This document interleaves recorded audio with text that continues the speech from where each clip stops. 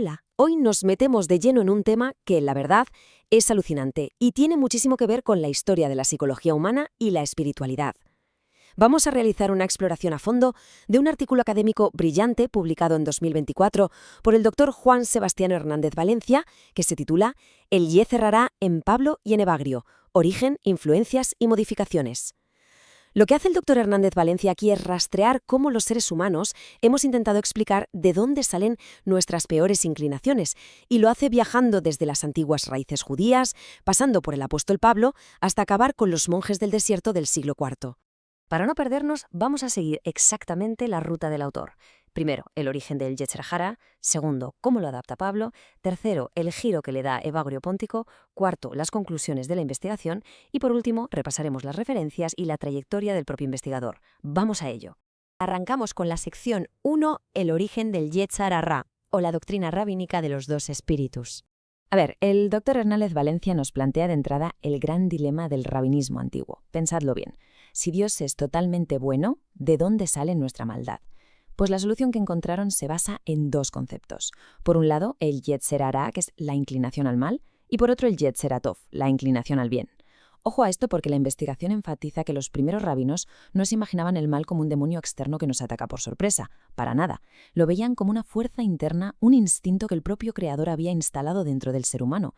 El campo de batalla era puramente interno. Fijaos hasta qué punto esto era algo físico, casi biológico para ellos. El autor nos trae una cita directa buenísima del Talmud de Babilonia, del Tratado Berakoz, que dice así: los sabios se enseñaron en una baraita. Una persona tiene dos riñones, uno le aconseja hacer el bien y otro le aconseja hacer el mal. En aquella época, las emociones y la voluntad se ubicaban literalmente en los órganos internos. Decir que estas inclinaciones vivían en los riñones nos demuestra que tenían la moralidad totalmente interiorizada. ¿Y entonces cómo se controlaba este instinto? Lo curioso que resalta el estudio es que la tradición rabínica no buscaba destruirlo. Y tiene sentido, porque de ese mismo impulso nacen pasiones que necesitamos para construir casas, casarnos o hacer negocios. La idea era domesticarlo. Y para ello proponían dos grandes vías: estudiar la Torá a fondo o recurrir al arrepentimiento sincero. Quedaos con esto en la cabeza porque ahora la historia da un giro radical. Pasamos a la sección 2, el Yetzer Hará en Pablo y esa famosa lucha interna en Romanos 7.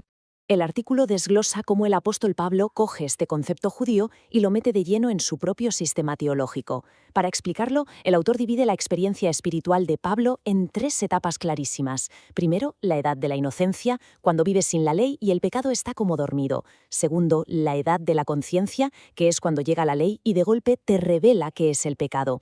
Y tercero, la edad de la incontinencia o acrasia, esta última es la más dura. Es ese momento donde vives una dualidad tremenda, sabes perfectamente lo que está bien, pero te ves arrastrado irremediablemente a hacer lo malo. Para capturar esta angustia total, el doctor Hernández Valencia utiliza una cita directa de Romanos 7, que es clave. Porque sé que no habita en mí cosa buena, porque no es el bien que quiero lo que hago, antes el mal que no quiero es lo que obro. Es la contradicción humana en estado puro. Pablo nos está contando su experiencia en primera persona, sufriendo bajo el peso del Yetzer Hará y mostrando esa brecha gigante entre lo que quiere hacer y lo que realmente acaba haciendo. Y aquí viene el punto de inflexión del análisis. Mientras que los rabinos confiaban ciegamente en el estudio de la Torá para controlar la mala inclinación, Pablo concluye que eso no funciona. Su modificación radical es quitar la ley de la ecuación y poner en su lugar el evento de Cristo. Para él, la única solución real es un arrepentimiento interno que solo es posible a través de esa experiencia cristiana. Llegamos a la sección 3, el Yetzer en Evagrio Póntico, donde entra el ascetismo y la demonología.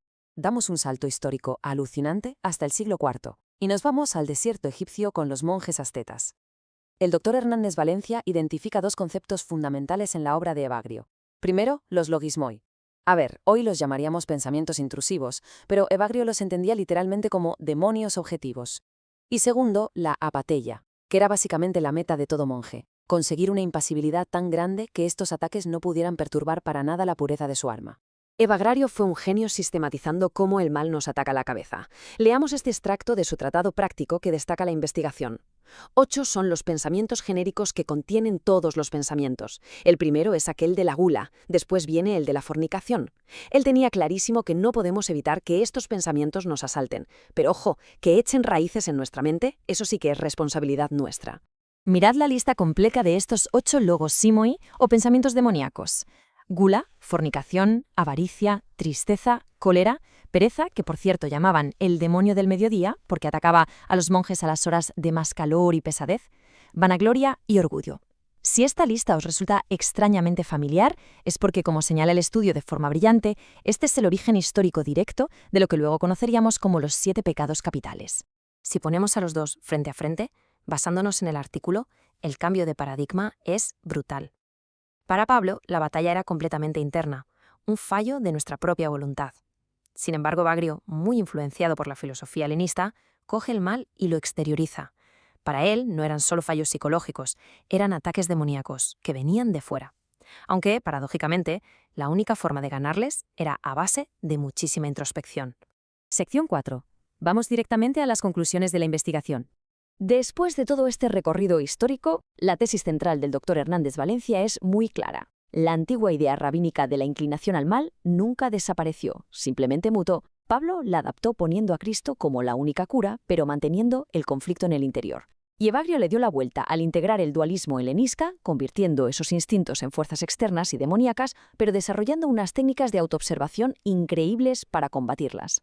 Y para terminar, la sección 5. Referencias bibliográficas y trayectoria del autor. Un análisis de este calibre necesita unos cimientos muy sólidos. El artículo se apoya en textos primarios interesantísimos, que van desde los diccionarios de hebreo bíblico de Alonso Schockel hasta los comentarios de gigantes de la teología como Karl Barth, Rudolf Bultmann y Juan Calvino. Básicamente, todo lo necesario para desgranar la antropología del Nuevo Testamento. En el apartado de textos secundarios, el estudio recurre a traducciones críticas súper especializadas de Evagrio, como las de Frankenberg y Guillamont. Además, se empapa de la erudición judía sobre demonología antigua, destacando muchísimo las investigaciones contemporáneas de Ishai Rosenfi. Y no podemos olvidar las fuentes textuales puras. El rigor de esta investigación se nota porque el Dr. Hernández Valencia acude directamente a los manuscritos en lenguas originales, extrae sus citas de la Biblia hebraica Stuttgartensia, del Nuevo Testamento en griego y de ediciones críticas del Talmud, los Midrashim y la Septuaginta. Todo este conocimiento nos lo trae el Dr. Juan Sebastián Hernández Valencia. Él es doctor en Teología, magíster y teólogo por la Universidad Pontificia Bolivariana. Actualmente ejerce como profesor y forma parte del Grupo de Investigación en Filosofía y Teología Crítica de la Universidad Católica Luis Amigo de Medellín, en Colombia. Su impresionante currículum es lo que le da todo el peso académico a esta explicación. Bueno, llegamos al final y toca reflexionar un poco. Después de ver cómo nuestros antepasados se devanaban los sesos para intentar la maldad humana, pasando de echarle la culpa a los riñones, a culpar a la voluntad y luego a demonios del mediodía, nos queda una pregunta flotando en el aire. Con todo lo que sabemos hoy en día en nuestra sociedad moderna, ¿cómo explicamos nosotros nuestras propias inclinaciones destructivas? Es para darle una buena vuelta, ¿verdad? Nos escuchamos en la próxima exploración.